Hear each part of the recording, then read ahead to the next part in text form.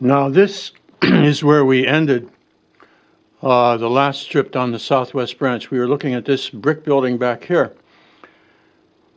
And if you were standing about here in the 1890s, in front of you would be this building here. Things have changed quite a bit since the 1890s. This was the Steiner Mill. Edward Steiner had a mill that he bought from the Parks family. The Parks family not only built that mill, but they built a brickyard right down below it.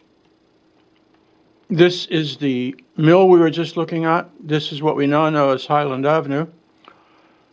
And this was the William B. Parks Brickyard. And up here we see the southwest branch.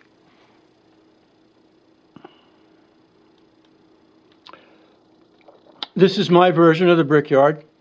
Up here, over to the right, you see the back of the Steiner Mill and the southwest branch. Here are two brick kilns, and this building here is a drying house where the bricks were dried first before they could be cooked and made into bricks. Now, this is what the property looks like now. By 1925, the mill was gone and the brickyard was gone, and Gulf Oil Company had built this brick structure to house their petroleum products. It was a warehouse. They also built tanks on the property, and they would bring tank cars in here, unload them with petroleum products, and then take them out in trucks to deliver them through the 1920s and probably into the 30s. I'm not sure if they went much further than that. Right here is indicates the old Steiner Mill. The brickyard was down over the hill, back down in here. This building here indicates the Gulf Oil warehouse that is still there. And number 7, that is something that will become as something of a surprise. That's right on South Main Street. They were making whiskey on South Main Street and selling it cheaper than it was to buy that it is now to buy gas per gallon, $2.50 a gallon. And when Prohibition was enacted, this place went out of business, and a printing company called Standardized Printing went into business there. This is looking at what we were just looking at. This is the location where the distillery was located, though that building has been torn down and replaced. This is the location of Gulf Warehouse, Gulf Oil Warehouse. I should also mention that that location was used later on in the 40s for a place to make clothes for children. And in the 60s it became Westland Manufacturing, who made women's clothing. And next we're going to see this place down here, which you will probably recognize. You've probably been going down Highland Avenue many times and seen this. This was a place where gas was once upon a time made as opposed to distributed. Here the gas company uses it to distribute gas, but it was once used as a place to make gas, produced gas, out of coal.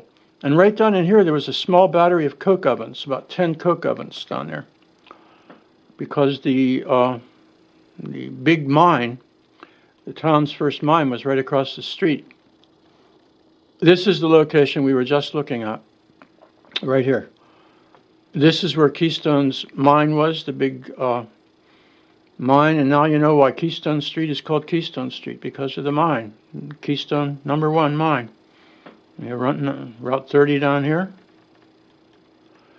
And this is my attempt to show what it looked like when they were in business here, making gas. And to my surprise, this house is still here. Today, this house still sits here. Why I'm surprised is because this producing place, when it was not working right, it was said that it exploded with a regularity bordering on the monotonous. I mean, in other words, this was a dangerous place when this thing was in operation. This is a gas holder here.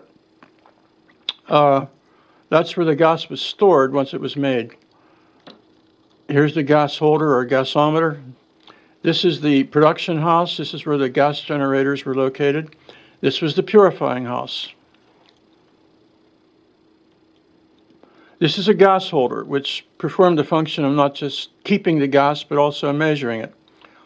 And if I had more time, I'd explain why these things were important, but it has to do with not mixing the gas with air, because that was where the danger came in. And this is the actual machine that made gas, produced gas from coal. You see, before natural gas came about, before they got it out of the earth, they were making gas from coal and selling it. And one of the companies that was making it was Walworth, before Walworth even moved to Greensburg, when they were still up in New England. And this is a shot I did several years ago. I snuck onto the property through a hole in the fence. And this is the property where the gas was made. Back here, I could still find the outline of the old purifying house where they took the gas and filtered it so it wouldn't be so bad smelling. And that is the end of our excursion for today. And I say so long until next time.